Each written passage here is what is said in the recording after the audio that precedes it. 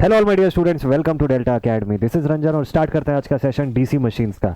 DC machine की आज की क्लास में हम लोग क्या पढ़ने वाले हैं? तो आज की क्लास में डीसी मशीन का स्टार्टिंग पढ़ने वाले हैं हम लोग, starting of DC motor. DC motor को स्टार्ट करने के क्या क्या मेजर तरीके जो हम लोग फॉलो करते हैं, that is 2 point starter, 3 point starter and 4 point starter. ठीक है, प्रीवियस क्लास तक हम लोगों ने इनकी वर्किंग वगैरह कुछ समझा हुआ था डिटेल में, और देखा था कि हर एक स्पेसिफिक टाइप का मशीन कैसी कैरेक्टरिस्टिक शो करता है अगर हम लोग टॉर्क, आर्मेचर करंट, स्पीड इनके फॉर्म में समझे तो। अब आज की क्लास में ये जानना जरूरी है कि स्टार्टर सबसे पहले तो क्यों रिक्वायर्ड होता है, क्यों डीसी मोटर को क्या डायरेक्टली हम लोग मेन सप्लाई से कनेक्ट करके, यानी कि डीसी सप्लाई से कनेक्ट करके डायरेक्ट शुरू नहीं कर सकते क्या? क्यों उसमें स्टार्टर प्रोवाइड करने की जरूरत है? ठीक है, तो ये पॉइंट को आज समझेंगे, और उसके बाद ये तीनों स्टार्टर कहाँ कहाँ पे फंक्शन होते हैं, कैसे फंक्शन करते हैं, कौन सी मशीन है उसमें कौन सा स्टार्टर स्पेसिफिकली यूज होता है, इन सब पॉइंट से क्वेश्चन बनता है आपके एग्जामिनेशन में। ये सारा कुछ आज के लेक्चर के एंड तक आपको बढ़िया से क्लियर हो जाएगा। ठीक है, तो बिना देरी के शुरू करते हैं आज की क्लास को, और सबसे पहले समझते हैं कि why do we need starter for a DC motor. तो सबसे पहला क्वेश्चन तो यहीं से बनता है कि what is the need for starter.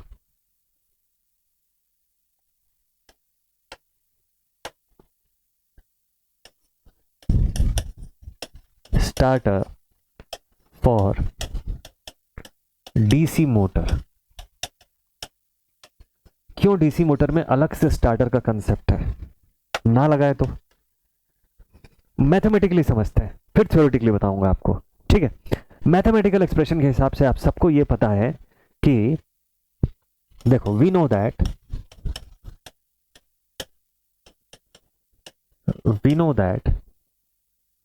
Back EMF जो होता है मशीन का, it is given as 5ZNP upon 60A। कहां से पता है हमको ये चीज? हम लोगों ने इसका कंस्ट्रक्शनल फॉर्म से ईएमएफ इक्वेशन निकाला था, है ना, इसको कि इंटरनल सर्किट फॉर्मूला बोलते हैं हम लोग। ठीक है, इंटरनल सर्किट फॉर्मूला से हमको समझ में आया था कि बैक ईएमएफ जो होता है it is given by this expression. ठीक है, और वी कैन से कि जो बैक ईएमएफ होता है it is directly proportional to 5N, अगर बाकी सारी चीजें कांस्टेंट है तो। ठीक है, जो कि होती है कांस्टेंट, पोल्स हो गया और पैरेलल पाथ हो गए, है ना, टोटल नंबर ऑफ कंडक्टर्स हो गया, 60 हो गया, ये सब कांस्टेंट है, फिक्स्ड है। मोटर कांस्टेंट के फॉर्म में के से भी डिनोट किया हुआ था हम लोगों ने इनको। तो हमको पता है कि बैक ईएमएफ जो होता है किसी मशीन का, अब देखो बैक ईएमएफ क्यों इंपॉर्टेंट है इसके बारे में ऑलरेडी बात कर चुके हैं कि बैक ईएमएफ अगर नहीं होगा तो क्या होगा। तो अब आप देखिए कि बैक ईएमएफ किस पर डिपेंड कर रहा है? फाई और एन के ऊपर डिपेंड कर रहा है, यानी कि रेवोल्यूशंस पर मिनट और फ्लक्स पर पोल। ठीक है, अब मुझे बताइए कि स्टार्ट होने के समय अभी मशीन पूरी रेस्ट पे है। ठीक है, सो ड्यूरिंग स्टार्टिंग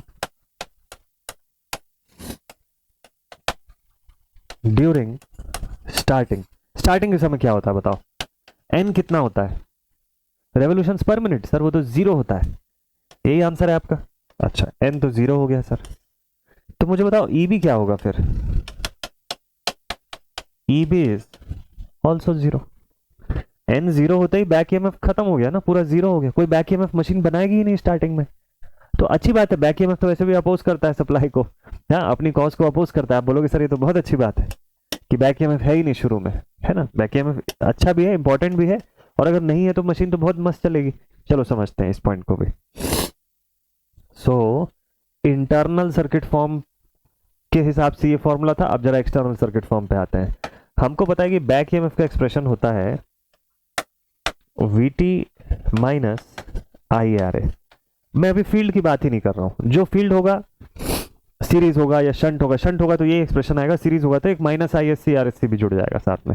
ठीक है, वो पॉसिबल है, बट इन जनरल अगर एक बेसिक मशीन की मैं बात करूं तो बैक ईएमएफ का एक्सप्रेशन बनता है VT माइनस IARA। अगर VT के फॉर्म में लिखना हो तो, इसी एक्सप्रेशन को अगर VT के फॉर्म में लिखना हो तो, अच्छा ठीक है, वो भी देख लेते हैं। आप बोलोगे सर इसको ऐसे लिख दो आप, VT इज इक्वल टू जितना बैक ईएमएफ बनाया प्लस IARA ड्रॉप, यही होगा ना। अब यहां पर बैक ईएमएफ जो है it has become already zero. Back EMF तो जीरो हो गई ना, कब? During starting. अब ये सब नोट मत करिए, सिर्फ समझते जाइए, फिर दोबारा लिख लीजिएगा इसको। लाइव क्लास तो है नहीं, रिकॉर्डेड है, पीछे करके एक बार फिर लिख लीजिएगा। एक बार समझ गए ना तो देखना भी नहीं पड़ेगा, अपने से बना लोगे आप ये सब चीजें। तो हमको पता है स्टार्टिंग के समय n जीरो होता है ना, since n is zero so EV become zero, so therefore जो VT होगा IA RA पे डिपेंड करने लग जाएगा सीधे सीधे, क्योंकि बैक EMF तो जीरो हो गया। And we will get armature current IA is equal to VT by RA। तो आप बोलोगे ठीक है ना सर, इसमें प्रॉब्लम कहाँ है? इसमें तो कोई प्रॉब्लम दिखती नहीं, अच्छा तो है। Armature current supply voltage divide by RS पे है, RA तो फिक्स्ड है हमारा, तो सप्लाई वोल्टेज को बढ़ाएंगे, आर्मेचर करंट इंक्रीज होगा, आर्मेचर करंट इंक्रीज होगा तो फ्लक्स इंक्रीज होगा, टॉर्क इंक्रीज होगा। ठीक, यही आपके माइंड में आ रहा है ना? अच्छा सोचिए, आर्मेचर रेजिस्टेंस किस रेंज का होता है? नॉर्मली 1 से छोटा होता है। एक एग्जांपल ले लूं मैं 0.5 या 0.25 किसी भी चीज का, ठीक है? एक एग्जांपल सोचो आप, जस्ट आपको विजुअलाइज करवाने की मैं कोशिश कर रहा हूं। तो लेट्स से कि मैं आपको बोलता हूं कि सप्लाई वोल्टेज हम लोग दे रहे हैं 400 वोल्ट DC, ठीक है? और आर्मेचर रेजिस्टेंस है उस मशीन का 0.5 ओम। आर्मेचर रेजिस्टेंस तो ऐसे ही होता है, 1 से नीचे होता है। तो जरा IA की वैल्यू बताएंगे क्या यहाँ पे कितनी हो रही है?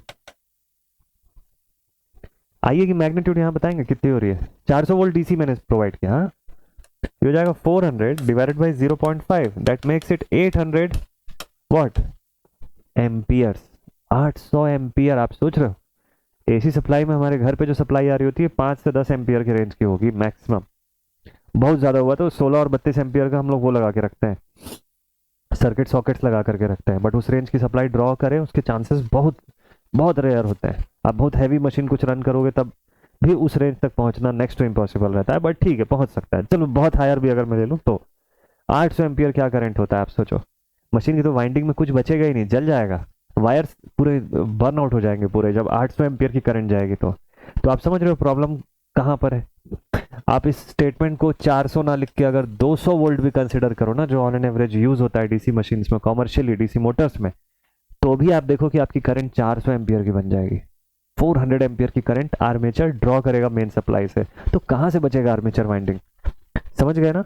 यही सबसे बड़ी प्रॉब्लम होती है। तो प्रॉब्लम स्टेटमेंट समझना पहले जरूरी है कि दिक्कत है कहाँ, क्यों स्टार्टर चाहिए। फिर तो आप पढ़ लोगे, आपको समझ आ जाएगा 2 मिनट में कि स्टार्टर क्या होता है, कैसे काम करता है, बट नीड क्या है स्टार्टर की, वो क्लियर हुआ यहां से? तो हम लोग बोलेंगे कि since RA is very small, thus initial IA becomes very high। अब इससे क्या होगा? हैवी आर्मेचर करंट ड्रॉ किया, मतलब हैवी करंट ड्रॉ करेगा, ओवरऑल सप्लाई से भी हैवी करंट लेगा, ठीक है? चाहे long shunt, short shunt, series shunt, चाहे जो भी मशीन हो। ये प्रोसेस तो कॉमन बनाया मैंने यहाँ से, जो सब पे लागू होगा। हैवी सप्लाई ड्रॉ करेगा तो वाइंडिंग्स जल सकती है, फील्ड भी जलेगी, आर्मेचर वाइंडिंग सबसे पहले जल जाएगा। तो ऐसा ना हो उसके लिए हमको स्टार्टर की जरूरत पड़ती है। तो स्टार्टर ऐसा क्या कर लेता है, स्टार्टर कैसे इस प्रॉब्लम को सॉल्व करता है? ठीक है, तो हमको दिक्कत समझ में आ गया ना कि कहाँ हो रहा है और किसकी वजह से हो रहा है। तो क्या आर्मेचर रेजिस्टेंस को इंक्रीज कर दें, क्या हैवी आर्मेचर रेजिस्टेंस बना दें? देखो ऐसा करोगे तो इसके अपने ड्रॉबैक्स है। आर्मेचर को इंटेंशनली आप लो रेजिस्टेंस पर रखते हो, क्योंकि अगर उसको आर्मेचर रेजिस्टेंस को आप लो नहीं रखोगे तो आर्मेचर करंट कम फ्लो होगी, आर्मेचर करंट कम फ्लो होगी तो टाउ ए का क्या सीन है? तो जो आपने पढ़ा हुआ है, tau A is equals to 5ZP IA upon 2πA। Constants को हटा भी दूं तो IA के ऊपर डिपेंड करता है। तो आर्मेचर करंट अगर कम कर दोगे तो आर्मेचर टॉर्क भी रिड्यूस हो जाएगी वहां से, तो वो कोई प्रॉपर सोल्यूशन नहीं है आपका। बट हाँ ये सीन है कि आर्मेचर रेजिस्टेंस के लो होने की वजह से ये प्रॉब्लम हो रही है। VT तो हम कंट्रोल कर रहे हैं बाहर से, सप्लाई जो दे रहे हैं 200 की जगह 150 भी दे सकते हैं, 100 भी दे सकते हैं, बट मैं 100 एम्पियर 100 वोल्ट भी दूंगा ना तो 200 एम्पियर की आर्मेचर करंट ड्रॉ कर देगा। ये दिक्कत यहाँ पे हो रही है, ठीक है? तो इस प्रॉब्लम को सॉल्व करने के लिए क्या कर सकते हैं? ठीक, सो इन ऑर्डर टू, अब समस्या समझ में आ गई, अब इसका सोल्यूशन देखते हैं। So in order to resolve this issue, we require to connect external resistance,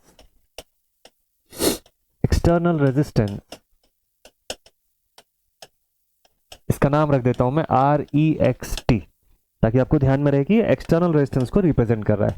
so we require to connect R E X T in series with armature. उससे इक्वेशन में क्या चेंज हो जाएगा, देखिए अब आपकी इक्वेशन हो जाएगी I is equal to V T divided by R A plus R external. तो अगर मेरा सप्लाई कांस्टेंट भी है ना, मान लो कि मैं यहां से वी टी 200 प्रोवाइड करता हूं, ठीक है. मेरा आर्मेचर रेजिस्टेंस था 0.5, तो आई ए कितनी बन रही थी, 400 एम्पियर बन रही थी, ठीक है. यही हो रहा था. मैं आपको बोल रहा हूं कि एक काम करो, यहां पे एक एक्सटर्नल रेजिस्टेंस भी कनेक्ट कर दो. मान लो 9.5 ओम्स का कनेक्ट कर दिया आप. कहां पर, आर्मेचर की सीरीज में. मतलब ये अगर आर्मेचर है, यहां पर है ना, ये मशीन है, इसका अगर ये आर्मेचर है तो इसी के साथ सीरीज में एक रेजिस्टेंस कनेक्ट कर दो. Let this be R E X T. ऐसा करने से हो क्या रहा है, एक एग्जांपल में समझिए इस चीज को, ज्यादा अच्छे से समझ में आएगा. तो मान लो मैं 9.5 ओम्स का एक are E X T connect कर दिया. तो अब 9.5 प्लस 0.5 दोनों मिला के कितना हो गया, 10. ऊपर वोल्टेज कितना है, 200. तो बताओ अब करंट कितनी हो जाएगी, 20 एम्पियर. पहले कितनी हो रही थी, 400 एम्पियर. सीधा सीधा बड़ा डिफरेंस दिखा आपको कि 400 एम्पियर की हैवी करंट जो वो ड्रॉ कर रहा था उसको कम करके 20 एम्पियर पे रिड्यूस कर दिया मैं. बस क्या करके, सिर्फ एक 9.5 ओम का रेजिस्टेंस आर्मेचर के साथ सीरीज में जोड़ने से. इतना करके प्रॉब्लम सॉल्व हो जा रहा है, ठीक है. तो फिर इसमें तो बहुत कुछ मैनिपुलेट कर सकते हैं, बहुत सारी चेंजेस कर सकते हैं अपने रिक्वायर्ड अमाउंट की आर्मेचर करंट भेज के. लेकिन अब एज ए इंजीनियर आपके दिमाग में यहां से क्वेश्चन उठना चाहिए. आपको ये सोचना चाहिए कि सर आपकी बात ठीक है, एक एक्सटर्नल रेजिस्टेंस जोड़ देते हैं साथ में आर्मेचर के. आर्मेचर का ही खुद का रेजिस्टेंस क्यों नहीं बढ़ा दिए. तो मैंने आपको उसका रीजन बताया कि आर्मेचर का खुद का रेजिस्टेंस बढ़ाने से दिक्कत ये होती है, कम करंट ड्रॉ करेगा, टॉर्क कम बनेगी, वहां से आउटपुट वैसा नहीं ले पाएंगे जैसा चाहिए हमको मशीन. तो वो रिक्वायरमेंट नहीं होती, इसलिए तो आर्मेचर को लोएस्ट रेजिस्टेंस का बनाते हैं हम लोग. ये तो ठीक है. तो आप जब एक्सटर्नल रेजिस्टेंस जोड़ दिए तो बात तो वही कर दी है. ओवरऑल तो रेजिस्टेंस कम हो गई इस एरिया की, और यहाँ से आर्मेचर करंट फिर से कम ड्रॉ होगा, और करंट कम ड्रॉ होगी तो टॉर्क भी कम होगा. तो देखिए एक्सटर्नल रेजिस्टेंस जोड़ने का फंडा ही यही है कि वो टेम्परेरी तौर पे जुड़ेगा, परमानेंट नहीं रहेगा. अगर आर्मेचर का ही मैं रेजिस्टेंस बढ़ा देता ना तो वो परमानेंट हो जाता, फिर उसको मैं कम नहीं कर सकता था. But since I am connecting only are E X T externally, so I can reduce it whenever I want it. जब भी मैं चाहूंगा मैं इसको रिड्यूस कर सकता हूं, मैं इसको वेरिएबल बना देता हूं, और मैं इसको अपनी मर्जी से, जब मेरी रिक्वायरमेंट फुलफिल हो जाएगी. क्या रिक्वायरमेंट होगी कि आर्मेचर करंट शुरुआत में कम ड्रॉ करे मेरी मोटर, ठीक. एक बार एन की वैल्यू बढ़नी शुरू होगी. अब देखिए होगा क्या, जैसे जैसे मेरा मशीन रनिंग में आएगा एन बढ़ेगा तो since E B is proportional to phi N, N increase हुआ, बैक ईएमएफ बढ़ेगा, और बैक ईएमएफ बढ़ेगा तो V T is equal to E B minus I A R A. अब आप खुद देखो कि बैक ईएमएफ अगर बढ़ेगा तो क्या होगा, यहां से बैक ईएमएफ अगर इंक्रीज होगा तो वीटी को ये प्रॉपर रखेगा. अच्छा, और आईए जो है उसके लिए मैंने बताया कि वीटी डिवाइडेड बाई आर ए, ऐसा लिखते हैं हम लोग. तो वीटी को अगर प्रॉपर रखा इसने, मतलब वीटी की वैल्यू इंक्रीज रहेगी, वीटी प्रॉपर रहेगा जितना होना चाहिए. बैक ईएमएफ और इंक्रीज हो गया, तो बैक ईएमएफ अगर बढ़ गया तो वो अपोजिशन ऑफर करता रहेगा, गुड वे में अपोजिशन ऑफर करेगा, करंट को उतना ड्रास्टिकली इंक्रीज होने नहीं देगा, कंट्रोल में रखेगा करंट को. और अगर करंट कंट्रोल में है तो अब मुझे आर ई एक्स टी की बहुत ज्यादा जरूरत नहीं है, मैं उसको ओवर द टाइम हटा सकता हूँ, रिप्लेस कर दूंगा. मुझे केवल उसकी जरूरत मशीन को स्टार्ट करने के समय. इसीलिए इस प्रोसेस को हम लोग स्टार्टर बोलते हैं, because it is required only while starting the machine when it is at the state of rest to bring it into the state of motion. बस एक बार मशीन रोटेट हो गई तो वो अपनी बैक ईएमएफ खुद ही बना लेगी. एन की वैल्यू जहां आनी शुरू हो गई ना ऑन बोर्ड, एन जैसे इंक्रीज होना शुरू हो गया, EV will automatically start increasing, और बैक ईएमएफ बना तो फिर आपका टेंशन खत्म है, फिर आपको कोई दिक्कत नहीं है कंट्रोल करने में. वो खुद अपने आप के लिए एक सेल्फ रेगुलेटिंग कंडीशन क्रिएट कर लेगा, ठीक है. तो हमको सिर्फ इसकी जरूरत स्टार्टिंग में एक्सटर्नल रेजिस्टेंस की जरूरत कुछ देर के लिए है, जब तक मशीन रनिंग पे नहीं आती. इसीलिए आर्मेचर की रेजिस्टेंस को परमानेंटली बढ़ाने से अच्छा है कि एक एक्सटर्नल रेजिस्टेंस को सेपरेटली कनेक्ट कर दिया जाए और जरूरत पूरी होने के बाद हटा दिया जाए. यही करते हैं हम लोग स्टार्टर में. यही पूरी कहानी है स्टार्टर की। बस ये करने में क्या क्या सेटअप बनता है, कैसे no voltage coil, overload release जो है, ये सब कैसे कनेक्ट होते हैं एक दूसरे से, कैसे फंक्शन करते हैं, बस वो मैकेनिकल स्टडी आपको करना है और उससे ज़्यादा कुछ नहीं, जो मैं अभी आज की क्लास में कराऊंगा। समझ गए पूरा प्रोसेस? ओवरऑल यही थी समरी इसकी। तो इसको मैं आपको लिखवा देता हूँ गुड वे में, ठीक है। So external resistance in series with armature, ठीक है, आगे लिख देते हैं this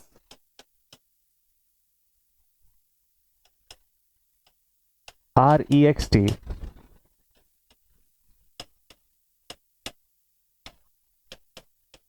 can be, this REXT can be controlled as per the required output। जो भी आउटपुट हमको चाहिए उसके हिसाब से हम REXT को कंट्रोल में रखेंगे। हाँ जी बिल्कुल रखेंगे। फिर now as the motor starts running, then N increases, so EB increases. Thus,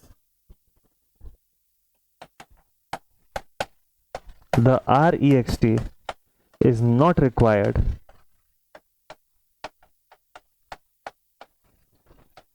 and so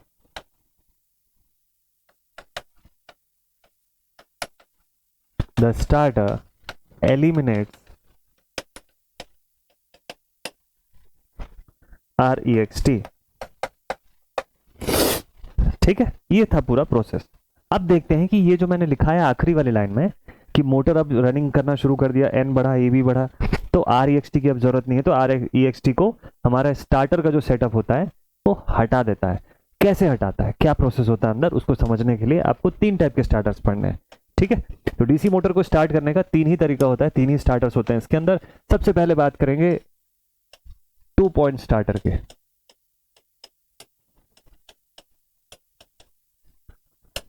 अब यही पूरा प्रोसेस कैसे कंडक्ट हो रहा है इसको समझिए एक एक करके। 2 पॉइंट स्टार्टर डायग्राम दिखाता हूं मैं आपको।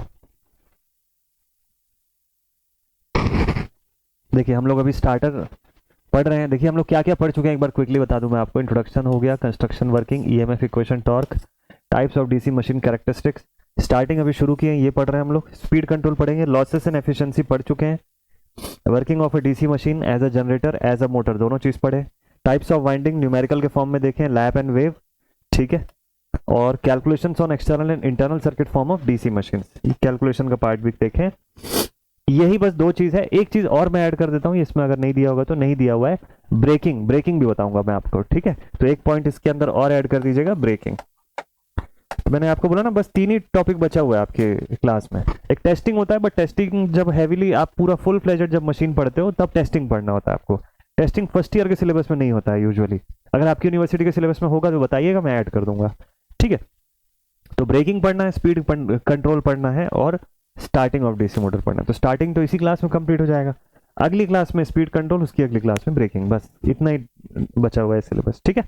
चलिए तो शुरू करते हैं हम लोग विथ 2 पॉइंट स्टार्टर। शुरू करते हैं विथ 2 पॉइंट स्टार्टर। ये रहा आप सबके स्क्रीन के सामने इसका डायग्राम। अब यहां से कहानी इसकी शुरू होती है। तो यहां पे हम लोग देख रहे हैं 2 पॉइंट स्टार्टर को। 2 पॉइंट स्टार्टर के डायग्राम से एक पॉइंट समझना बहुत जरूरी है। देखिए इस डायग्राम के अंदर आपको शंट फील्ड लिखा हुआ दिख रहा है, ठीक है। This is wrong, this is absolutely wrong. DC motor starting में ये पॉइंट ध्यान रखिएगा कि हर एक स्टार्टर कुछ स्पेसिफिक टाइप की मोटर्स के लिए, स्टार्टिंग के लिए ही बना हुआ है। मैं रीजन बताऊंगा क्यों। तो whenever you are studying about the 2 point starter, make very sure कि ये starter is only for DC series motor। Shunt में नहीं यूज करते हैं। क्यों नहीं यूज करते हैं अभी समझेंगे, पहले इसका वर्किंग समझते हैं फिर लास्ट में बताता हूं, ठीक है। सिर्फ और सिर्फ डीसी सीरीज मोटर में ही एप्लीकेबल होता है 2 पॉइंट स्टार्टर, ठीक। क्या वर्किंग होती है इसकी, देखिए कहाँ कहाँ पे क्या क्या चीज़ें पहले समझते हैं। यहाँ पर एक ओवरलोड ट्रिप है, इस जगह से हम लोग डीसी सप्लाई प्रोवाइड कर रहे हैं, ठीक है, बिटवीन दीज 2 पॉइंट्स। एक ओवरलोड ट्रिप की कॉयल है जो इस सप्लाई के साथ सीरीज में ये कॉयल जुड़ी हुई है, इसके नीचे प्लंजर लगा हुआ है एक, और ये जो ट्रायंगल सा दिखाई दे रहा है आपको, ये एक्स और वाई को शॉर्ट करने के लिए बना हुआ है। अभी फिलहाल इससे दूर है तो नॉर्मली ओपन है एक्स और वाई कंडीशन, इसके शॉर्ट होने से क्या होगा वो भी समझेंगे। इसके बाद यहाँ पे एक मूवेबल लीवर कनेक्टेड है, इतना बड़ा सा, ये जो कनेक्टेड है ना, ये मूवेबल आर्म या मूवेबल लीवर बोलते हैं इसको। ये घूम सकता है, यहां से लेके यहां तक पूरा रोटेट कर सकता है, ठीक है। इस बीच में यहाँ रेजिस्टेंसेस लगे हुए हैं, ये रेजिस्टेंस क्या काम कर रहे हैं, ये रेजिस्टेंस वही वर्क कर रहे हैं जो REXT होगा, ये सब REXT ही है, ठीक है, एक्सटर्नल रेजिस्टेंस। इसको REXT ही आप बोल सकते हो, 1 2 3 4 5 6 ऐसे सीरीज में एक्सटर्नल रेजिस्टेंसेस लगा के रखे हैं हम लोग, ठीक। अब ये सेगमेंट किसके साथ जुड़ा हुआ है, आर्मेचर के साथ सीरीज में है। तो जैसा हम लोगों ने प्लान किया हुआ था कि हमको किसको कंट्रोल करना है, हमको IA को कंट्रोल करना है, और ये कैसे होगा, जब VT अपॉन RA के साथ सीरीज में REXT भी हो जाएगा। तो आर्मेचर रेजिस्टेंस के साथ सीरीज में एक्सटर्नल होना चाहिए था, ये लगा दिया हम लोगों ने। लास्ट में यहाँ पे एक होल्ड ऑन कॉइल लगी हुई है, ये पोर्शन एक होल्ड ऑन कॉइल को शो कर रहा है, इसकी क्या जरूरत है उसको समझते हैं, ठीक है। और होल्ड ऑन कॉइल के साथ ये सीरीज फील्ड के साथ आर्मेचर के साथ जुड़ा होगा, शंट के साथ नहीं। वर्किंग का पहला स्टेप, शुरुआत में आपको REXT की वैल्यू बहुत हाई चाहिए क्योंकि मशीन में N है ही नहीं, स्पीड जो है वो 0 है, तो बैक EMF भी 0 है। तो आपको चाहिए कि कोई हैवी रेजिस्टेंस आर्मेचर के साथ सीरीज में आ जाए जो उस करंट से उसको प्रोटेक्ट करे, उस हैवी करंट को ड्रॉ ना होने दे, ठीक। तो ऑफ पोजीशन से हमारी जो आर्म होती है, इसकी लीवर जो होती है, उसको हम पहले पोजीशन पे कनेक्ट करते हैं।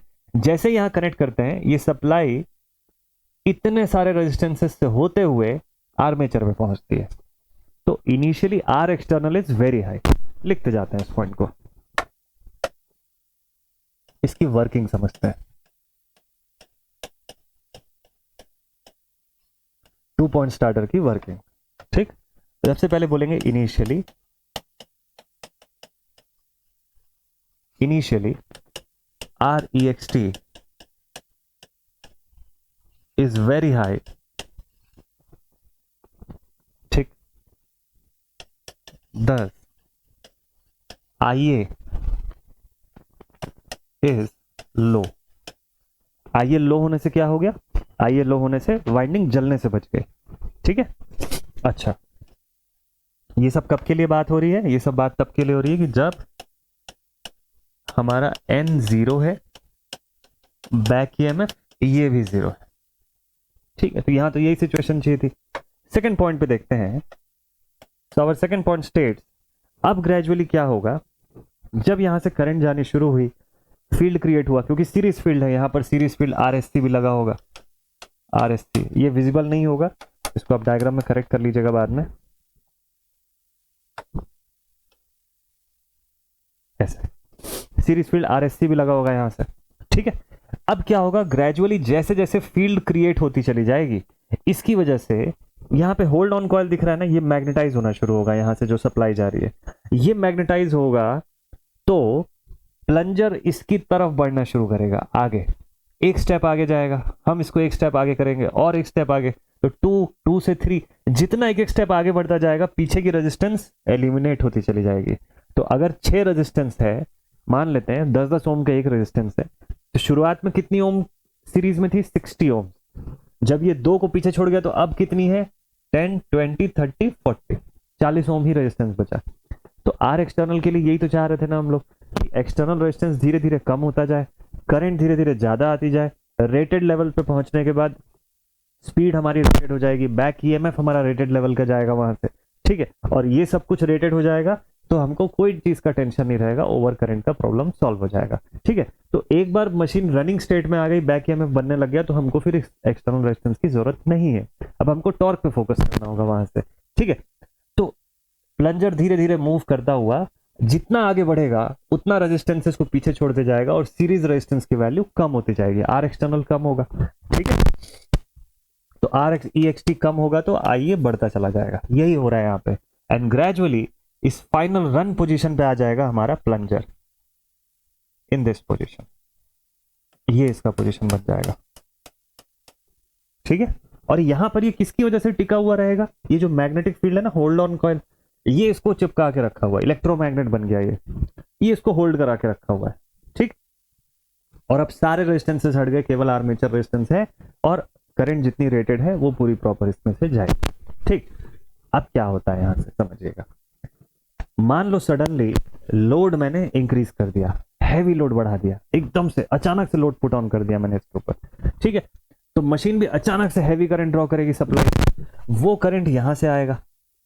जैसे ही ये आईएल करंट हैवी ड्रॉ होगा, ये वाला जो हिस्सा आपको दिखाई दे रहा है यहां से स्ट्रांगली मैग्नेटाइज हो जाएगा, ठीक है। ये जो एक इलेक्ट्रोमैग्नेट दिख रहा था आपको, इसकी मैग्नेटिक फील्ड स्ट्रांग हो जाएगी, ये स्ट्रांगली मैग्नेटाइज होगा। यहां से जो हो रहा है वो तो हो रहा है, बट ये जैसी मैग्नेटाइज होगा तो क्या होगा सोचिए, स्ट्रांगली मैग्नेटाइज होने के बाद ये इस प्लंजर को ऊपर ढकेलेगा। ये प्लंजर जब ऊपर जाएगी तो ऐसे कनेक्ट हो जाएगी, लाइक दिस। और जैसे इधर कनेक्ट होगी तो आपको क्या दिख रहा है, यहां से शॉर्ट सर्किट क्रिएट हो गया, शॉर्ट सर्किट हो गया ये कॉइल। तो अब इस कॉइल में जो बाहर से सप्लाई आ रही थी, वो सप्लाई का कोई सीन ही नहीं बना, क्योंकि ये जो होल्ड ऑन कॉइल थी शॉर्ट हो गई। शॉर्ट होगी तो क्या होगा, मैग्नेटिक फील्ड लूज कर जाएगी। जैसी मैग्नेटिक फील्ड लूज होगा तो क्या होगा, ये प्लंजर अब यहां नहीं दिखेगा आपको, ये प्लंजर वापस अपनी पुरानी पोजीशन की तरफ भाग जाएगा, ये प्लंजर वापस अपनी इनिशियल पोजीशन की तरफ आ जाएगा, वापस इस डायरेक्शन में। तो उससे क्या होगा, वापस इस डायरेक्शन में आएगा तो ह्यूज अमाउंट ऑफ रेजिस्टेंस वापस फिर से कनेक्ट हो जाएगा, और वहां से ये ऑफ लेवल पे आ जाएगा, ऑफ पोजीशन पे आ जाएगा। क्यों, क्योंकि पीछे स्प्रिंग भी लगी हुई है, इस पॉइंट को ध्यान दीजिएगा। तो जब आप इसको इस डायरेक्शन में खींच रहे थे तो ये स्प्रिंग भी लगी हुई थी यहाँ पे, तो जैसे ही ये मैग्नेटिक फील्ड यहाँ से छूटा, स्प्रिंग इसको वापस खींच ली अपनी डायरेक्शन में, तो स्प्रिंग की डायरेक्शन में ऑफ पोजीशन पे आके रुक जाएगा। मशीन जो होगी सेफ हो जाएगी आपकी, उसकी वाइंडिंग आर्मेचर को कोई नुकसान नहीं पहुंचेगा, ठीक है। तो ये इसका एक प्रोटेक्शन मैकेनिज्म की तरह भी वर्क करता है। तो जो एक रिक्वायरमेंट थी हमारी कि सीरीज रेजिस्टेंस इंक्रीज करके हम लोग आर्मेचर करंट को कंट्रोल में लाते, तो हम लोग इनिशियली करंट को लो रखे, धीरे धीरे करंट को बढ़ने दिए, आखिरी में करंट मैक्सिमम पे पहुंची रेटेड लेवल पे, और फिर उसके बाद फॉल्ट आने पर जीरो भी हो गया, या लोडिंग इंक्रीज होने पर जीरो, ठीक है। ठीक है, तो यहां तक का पॉइंट आप लोग समझ गए ना। तो ये इसकी पूरी वर्किंग होती है, ठीक है। ये ओवरऑल इसकी वर्किंग हो गई। अब क्वेश्चन आपके माइंड में आएगा कि सर इसको 2 पॉइंट स्टार्टर क्यों बोलते हैं, कौन से 2 पॉइंट की वजह से। तो ये जिन 2 पॉइंट्स को कनेक्ट करता है, एक हो गया लाइन, दूसरा हो गया फील्ड। तो लाइन और फील्ड पॉइंट को एक कनेक्ट करता है, इस वजह से इसको हम लोग 2 पॉइंट स्टार्टर बोलते हैं, ठीक है। तो लिखेंगे since it connects line and field terminal, thus it is known as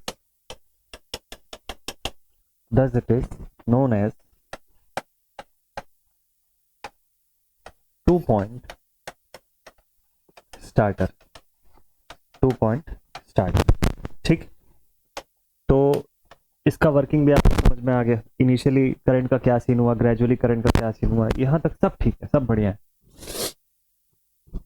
आपने सर एक चीज बोला कि शंट में नहीं यूज करते हैं, सिर्फ केवल और केवल सीरीज में यूज करते हैं, ऐसा क्यों? देखो डीसी शंट मोटर में क्यों नहीं यूज करते हैं, उसका रीजन क्या है।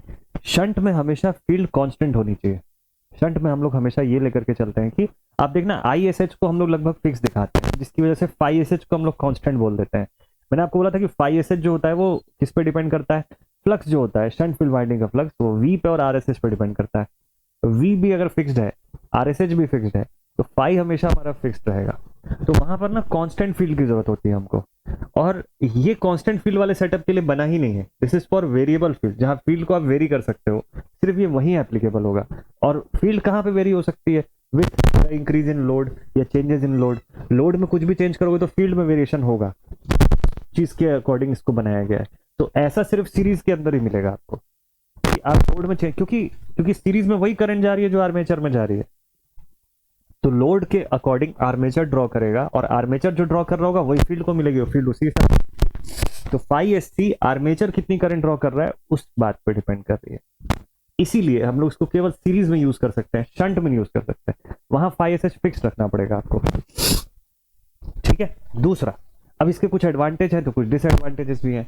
क्या चीज है भाई, चलो इसके एडवांटेज की बात करते हैं।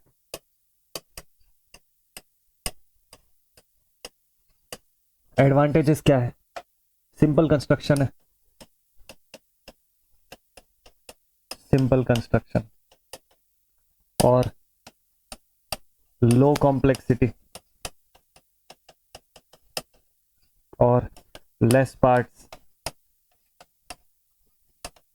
ठीक है। एप्लीकेशन क्या है इसका, एप्लीकेशन, इसके एप्लीकेशन में आप बता देना कि it is used only for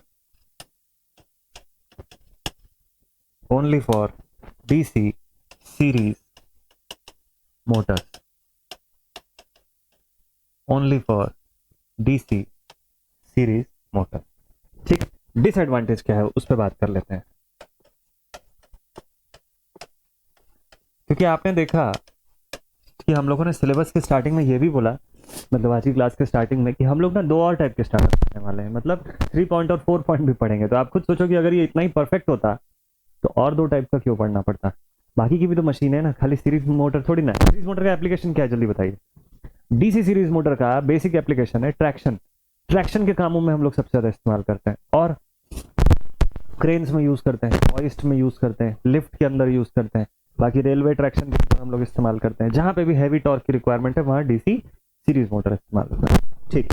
disadvantage क्या है इस स्टार्टर के, मान लो कभी सडनली सप्लाई फेलियर हो गया, सप्लाई अचानक से फेल होकर अचानक से वापस आ गया। ऐसे विद इन सेकंड्स होता है ना, कभी कभी हमारे घरों में सप्लाई तुरंत आ जाती है विद इन 2-3 सेकंड। उस कंडीशन पे क्या होगा, वो प्लंजर रिलीज होके ऑफ पे पहुंचने से पहले ही सप्लाई वापस आ जाएगी। उस केस में क्या होगा, उस केस में ये होगा कि ह्यूज करंट ड्रॉ हो जाएगी फिर तो। क्यों, क्योंकि रेजिस्टेंसेस पूरे एलिमिनेटेड हैं। प्लंजर हमारा ऑलरेडी जो है, ये देखो इस डायग्राम के अंदर दिखेगा आपको, प्लंजर जो है जब रन कंडीशन पे चल रहा होगा, सप्लाई गई और सप्लाई तुरंत वापस आई, तो ये तो वापस जा ही नहीं पाया। अगर ये वापस जा नहीं पाया और सडनली ह्यूज सप्लाई आ गई वहां पे, तो ध्यान रखिएगा कि उस कंडीशन में डायरेक्ट पूरी करंट आईए पे चली जाएगी। ठीक, पहला दिक्कत। और ये एक सबसे बड़ा प्रॉब्लम है ना, ये एक बहुत बिग रिस्क है। ठीक है। एक्सेस करंट नॉर्मली अगर फ्लो होगी तो ओवरलोड रिले है आपका, ओवरलोड ट्रिप रिले है, ये काम कर जाएगा, ये यहाँ से शॉर्ट करके प्लंजर को वापस जाने देगा, स्प्रिंग खींच लेगी इसको अपने डायरेक्शन में और ऑफ कर देगी मशीन को। यहाँ तक तो ठीक है, मोटर स्टॉप भी हो जाएगा, सर्किट रुक जाएगा, कोई दिक्कत नहीं। ठीक है। लेकिन ये देखिएगा, सप्लाई फेलियर के केस में ये जो प्रोटेक्शन स्कीम होता है ये काम नहीं कर पाता है। अगर सडनली सप्लाई फेलियर हो गया और फेल होके वापस आ गया उस कंडीशन में। ठीक है। सेफ्टी वाइज ये लेस सेफ है एज कंपेयर टू 3 पॉइंट या 4 पॉइंट स्टार्टर, तो इसीलिए हमको ना safety wise 3 point 4 point starter की जरूरत पड़ेगी। अभी उसका सेफ्टी लेवल देखिएगा, तो लिखेंगे less safe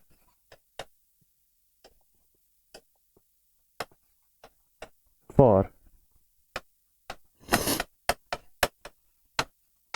supply failure, provides less protection as compared to 3 point and 4 point starter।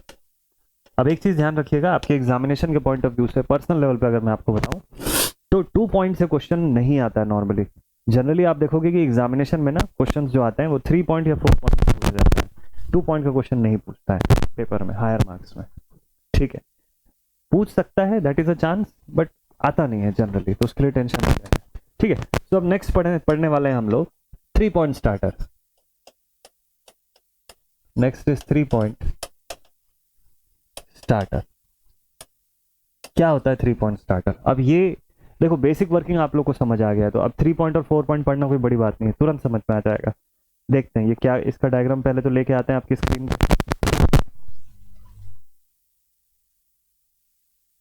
तो अब देखते हैं हम लोग की 3 पॉइंट स्टार्टर, इसकी डायग्राम जो है इसको लेकर के आते हैं सबसे पहले तो। So this is the diagram of a 3 point starter.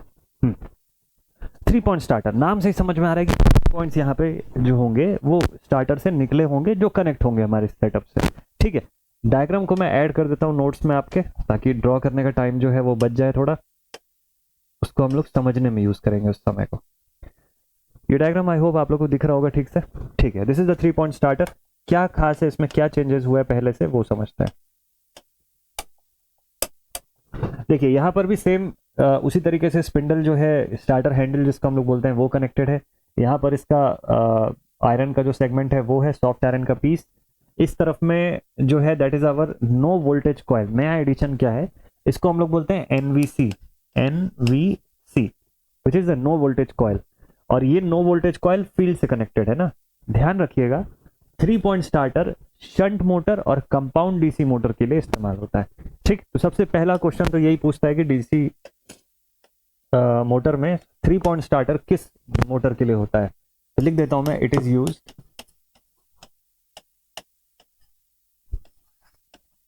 For starting of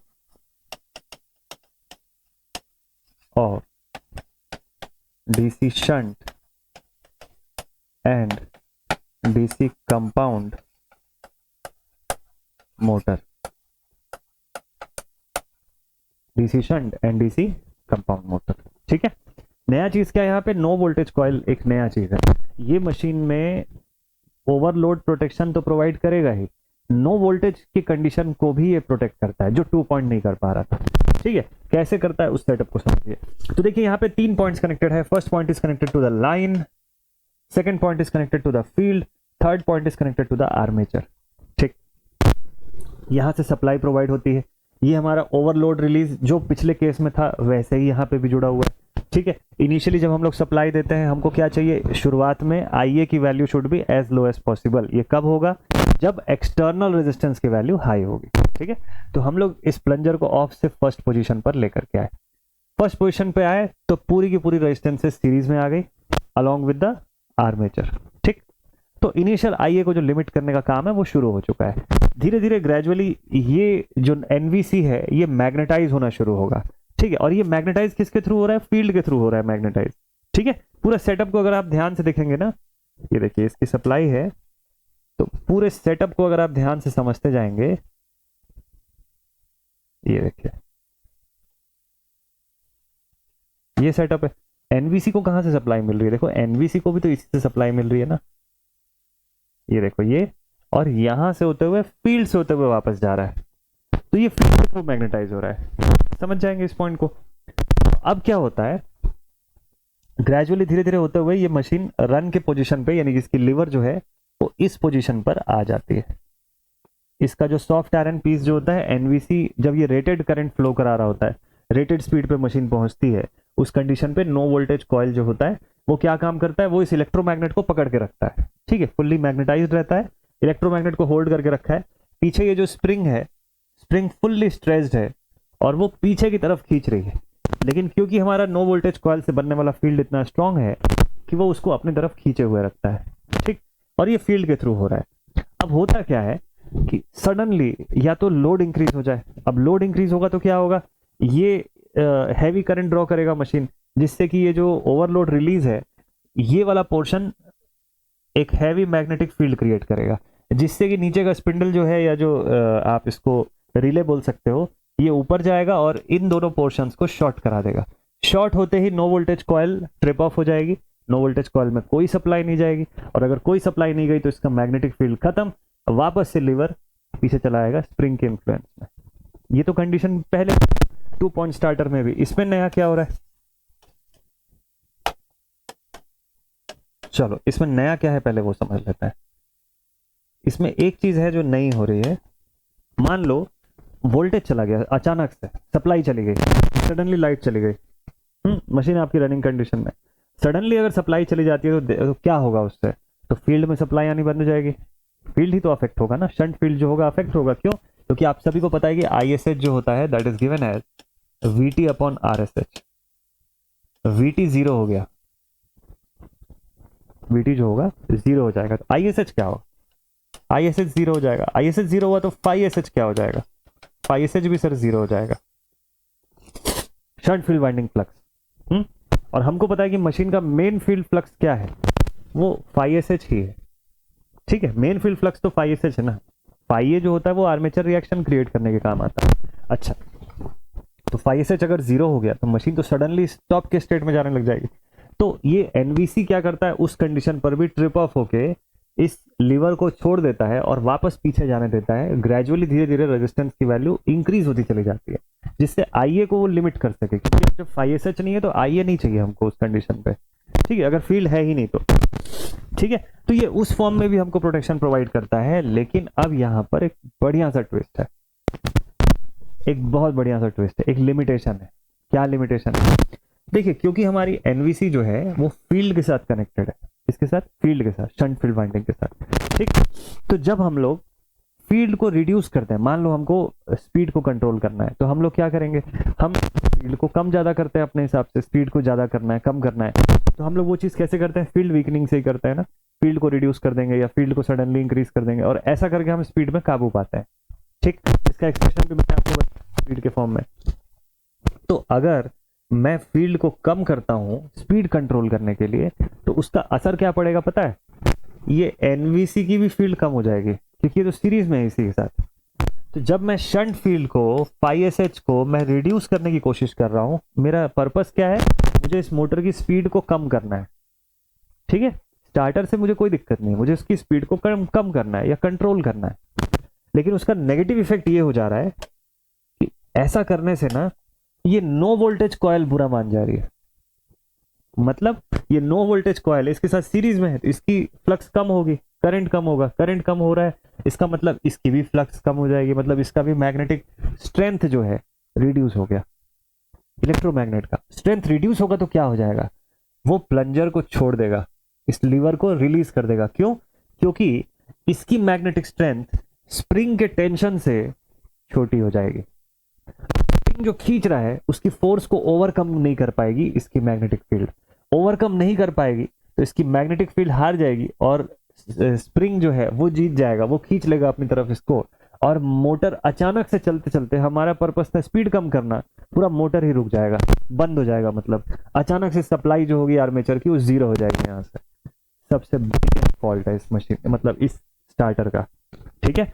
तो वर्किंग समझ गए, प्रॉब्लम भी समझ गए कि लिमिटेशन क्या है, और इसी लिमिटेशन को दूर करने के लिए 4 पॉइंट स्टार्टर की जरूरत पड़ती है हमको, जो कि आखिरी स्टेप होता है, ठीक है। तो फटाफट से इसकी वर्किंग को पहले लिख लेते हैं। इतनी दूर तक समझ गए ना प्रॉपर गुड वे में? तो लिखते हैं सबसे पहले इसकी वर्किंग को। हाँ जी, तो वर्किंग क्या बोलता है इसका, इट्स वर्किंग सेज कि इनिशियली हम लोग क्या कर रहे हैं, लिख देते हैं यहां पर,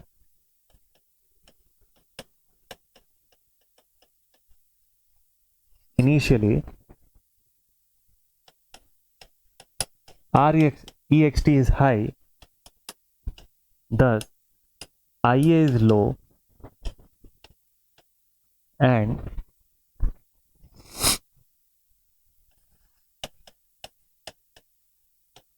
field is connected in series with NVC। NVC का फुल फॉर्म क्या होता है, नो वोल्टेज कॉइल। उसका पर्पस ही यही है कि अगर अचानक से सप्लाई वोल्टेज जीरो हो जाए तो वहां बचाना, ठीक है, इन सीरीज विथ एनवीसी। एनवीसी यानी कि नो वोल्टेज कॉइल, ठीक है। Field is connected in series with, thus as the motor gains speed, then N increases and back EMF also increases. So the plunger या मूवेबल आर्म, जो भी आप बोलो, moves towards NVC as its magnetic field increases। Magnetic field जैसे जैसे बढ़ता जा रहा है, प्लंजर उसकी डायरेक्शन में मूव करता जा रहा है, ठीक है। यहां तक का पॉइंट क्लियर है? Okay, now what happens at rated speed, EB is rated, ठीक है, फिर लिखेंगे in case of overload, in case of overload the OLR, इसको कि हम लोग बोलते हैं ओवरलोड रिले या रिलीज बोलते हैं इसको, ओवरलोड रिले या ओवरलोड रिलीज भी इसको बोला जाता है, ठीक है, operates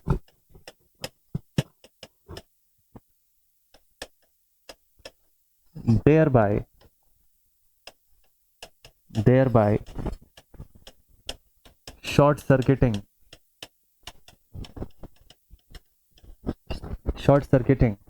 the NVC, causing the plunger to go back to zero, ठीक है।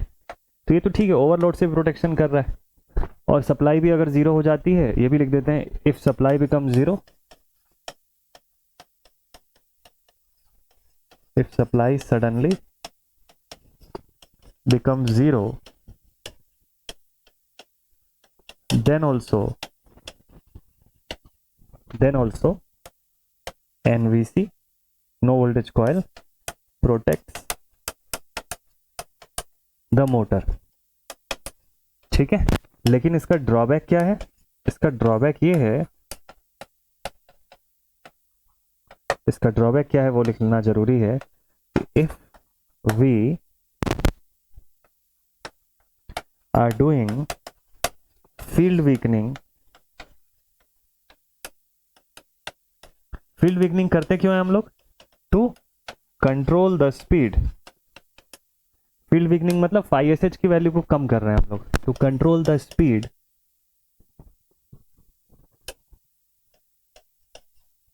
And then it affects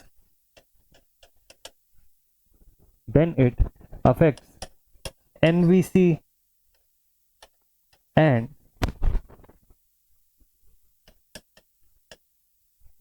the field weakens,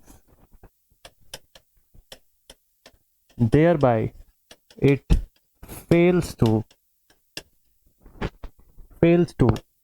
overcome the spring tension, causing the lever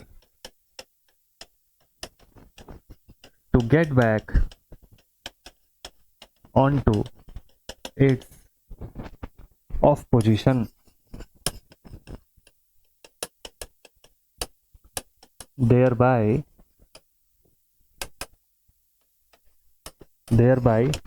stopping the armature current zero. So यही problem 4 point starter solve करता है, ठीक है, समझ जाएंगे इस पॉइंट को। अब आते हैं हम लोग नेक्स्ट पॉइंट पर, लास्ट टॉपिक आज की क्लास का, that is the 4 point starter. तो इस प्रॉब्लम के बाद अगला सीन शुरू होता है यहाँ से 4 पॉइंट स्टार्टर का, ठीक है। चलिए इसको भी ऐड कर देते हैं आपके नोट्स में और तुरंत इसको पढ़ते हैं, हम कंप्लीट करते हैं, लास्ट टॉपिक पे पहुंच गए। तो next is 4 point starter. 4 point starter में कौन कौन से 4 पॉइंट्स कनेक्टेड होते हैं, इसको समझना जरूरी है। पहले तो दिख रहा है डायग्राम में आपको कौन कौन से 4 पॉइंट्स हैं यहाँ पर। एक है लाइन टर्मिनल, हाँ जी, एक तो लाइन टर्मिनल है, फील्ड टर्मिनल है यहाँ पे, हाँ जी, आर्मेचर भी है, ठीक है। नो वोल्टेज कॉयल को फील्ड से अलग कर दो। पिछली बार जो दिक्कत हो रही थी वो इसलिए हो रही थी क्योंकि फील्ड से नो वोल्टेज कॉयल जुड़ा हुआ था। मान लो मैं फील्ड को अलग कर दूं और एनवीसी को अलग कर दूं, ठीक है, फील्ड के साथ जो REXT मैं कनेक्ट कर रहा हूं और प्लस एनवीसी को मैं अलग से एक सप्लाई दे दूं, यानी नो वोल्टेज कॉयल की एक टर्मिनल N नाम से मैं अलग से कनेक्ट कर दूं, तो वो इस प्रॉब्लम को सॉल्व कर देगी। बस यही किया हम लोग यहाँ पर भी, ठीक है। यहाँ पर एग्जैक्टली यही चीज किए हुए हैं, इसको समझ लेते हैं जल्दी से। तो बहुत ज़्यादा इसकी थ्योरी लिखने की नीड नहीं है, डायरेक्ट समझते हैं। तो यहाँ पर देखिए कनेक्शन किस पे होता है, सबसे पहले तो ये लिख लेते हैं। अच्छा ये कहाँ यूज होता है, ये सबसे पहले इसमें लिखते हैं this is used for DC shunt and compound DC motor. ठीक है, डीसी शंट और डीसी कंपाउंड मोटर के लिए यूज होता है। तो वो तो पिछला वाला भी यूज होता था, इसमें खास क्या है, ये एक वाइड रेंज का स्पीड कंट्रोल प्रोवाइड कर सकता है। ठीक है, इसका एडवांटेज क्या है, इसका एडवांटेज है it provides a wide range of speed control, wide range of speed control. Speed control की रेंज इसकी बहुत अच्छी रहेगी। अब ऐसा करने के लिए उसी 4 पॉइंट का हम लोग इस्तेमाल करेंगे जिसकी यहाँ पे बात हो रही है। कौन कौन से 4 पॉइंट, इसके 4 पॉइंट्स क्या क्या होते हैं, देखो इसके 4 पॉइंट्स किससे किससे कनेक्टेड होते हैं। एक कनेक्टेड होगा लाइन से, ठीक, दूसरा कनेक्टेड होगा किससे, फील्ड से, तीसरा कनेक्टेड होगा आर्मेचर से, ये तो उसमें भी होता था 3 पॉइंट में भी। चौथा वाला पॉइंट ना एक एक्सटर्नल रेजिस्टेंस के साथ एनवीसी से,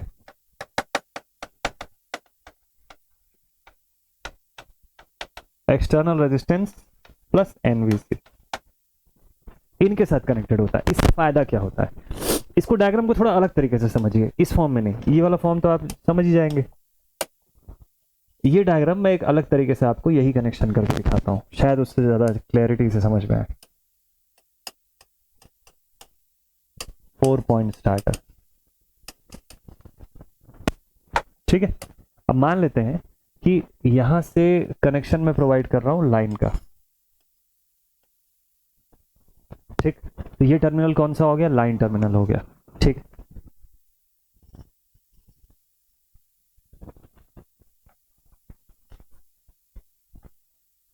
होल्डिंग कॉइल, ठीक है, ये हमारी होल्डिंग कॉइल की टर्मिनल है। ओके, इसको एच लिख देता हूं, एच सी, होल्डिंग कॉइल, ये नाम से आपको याद रहेगा, ठीक है। तो let's say this is H C, और उसके बाद नेक्स्ट है हमारे पास यहाँ पे फील्ड, इसको मैं आर एस एच लिख देता हूं, ठीक। और क्या है, नेक्स्ट है यहां से आर्मेचर, आर्मेचर, ठीक। तो इससे आपको क्लियर होगा। अब यहां पे हो क्या रहा है, ये कनेक्शन हम लोग प्रोवाइड कर रहे हैं, ये हो गया टर्मिनल आपका लाइन टर्मिनल, ये हो गया एचसी का टर्मिनल होल्डिंग कॉइल के साथ सीरीज कनेक्शन, ये हो गया फील्ड टर्मिनल, ये हो गया आर्मेचर टर्मिनल, ठीक है। एल एच एफ ए इस फॉर्म में आपको ऐसा दिखता है, नॉर्मली बुक्स के अंदर जब बनता है तो इस तरीके से शो करते हैं। इसका रीजन ये है, देखो यहाँ पे ना आई एच और आई एफ को सेपरेट कर दिया। अगर आप देखोगे तो इस बार इन दोनों के अंदर से जाने वाली करंट अलग अलग है, आई एच सी बोल सकते हो आप इसको, और आई फील्ड बोल सकते हो। पिछली बार क्या था पता है, जो करंट फील्ड से जा रही है वही नो वोल्टेज कॉइल से जा रही है। तो मैं अगर फील्ड को वीकनिंग करना चाहता हूं स्पीड कंट्रोल करने के लिए, तो उस वीकनिंग का असर नो वोल्टेज कॉइल पे भी हो रहा है, नो वोल्टेज कॉइल भी वीकन हो रही है उसकी फील्ड पे, और वो वीकन हो रही है तो स्पिंडल को छोड़ दे रही है, मतलब प्लंजर को छोड़ देती है, लीवर को छोड़ देती है। वो लीवर उस पॉइंट से वापस चला जाता है जीरो की तरफ, ऑफ पोजीशन की तरफ, और सडनली मोटर बंद हो जाती है, जो हमारा रिक्वायरमेंट नहीं था, हमको केवल स्पीड कंट्रोल करना था, और ये मोटर ऑफ ही कर दिया। इसमें के अंदर क्या हो गया, यहाँ पे ना हम लोगों ने कॉइल को अलग कर दिया है, फील्ड को अलग कर दिया है। तो अगर इसको सर्किट डायग्राम के फॉर्म में आप देखोगे तो ये कैसा दिखता है, ये it will look something like this. देखो, तो मान लो अगर आप इसको ऐसा कुछ ड्रॉ करो,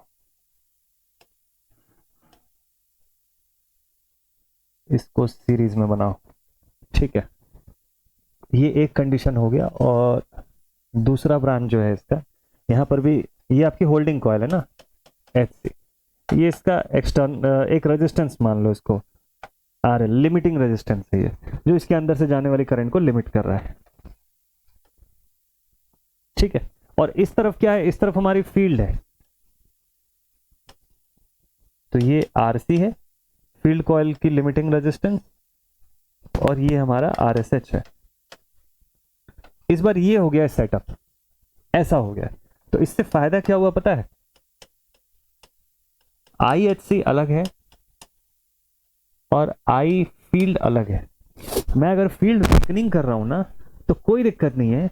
देखो अगर मैं फील्ड को वीकन करूंगा तो मैं IF को घटाऊंगा, अगर मैं IF घटाऊंगा तो ऑटोमेटिकली IHC बढ़ जाएगा, यहां से ज्यादा करंट जाएगी, तो मेरा होल्डिंग कॉइल जो है वो उतने ही स्ट्रांगली होल्ड करके रखेगा उस प्लंजर को जितना स्ट्रांगली वो पहले होल्ड करके रखेगा, ज्यादा स्ट्रेंथ बढ़ जाएगी बल्कि उसकी, उससे कोई ज्यादा फर्क नहीं पड़ने वाला।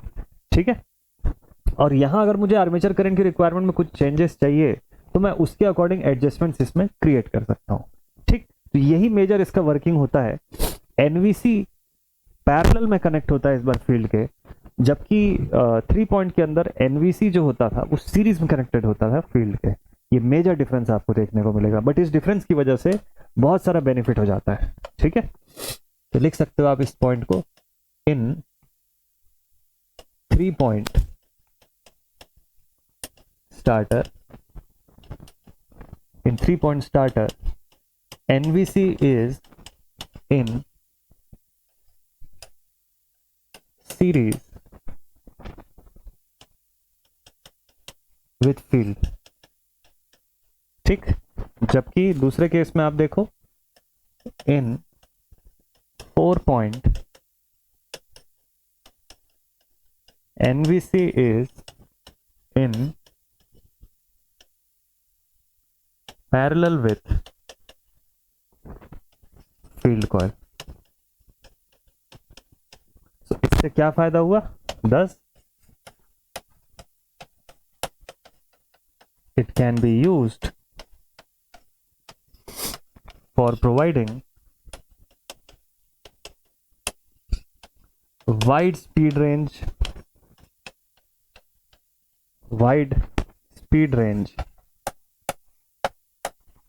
विदाउट, और देखो प्रोटेक्शन तो वो सारे के सारे मिल रहे हैं ना आपको जो पहले मिल रहे थे, ओवरलोड का प्रोटेक्शन था, नो वोल्टेज का प्रोटेक्शन था, ये सारा चीज था, तो वो अभी भी है। Without reducing the safety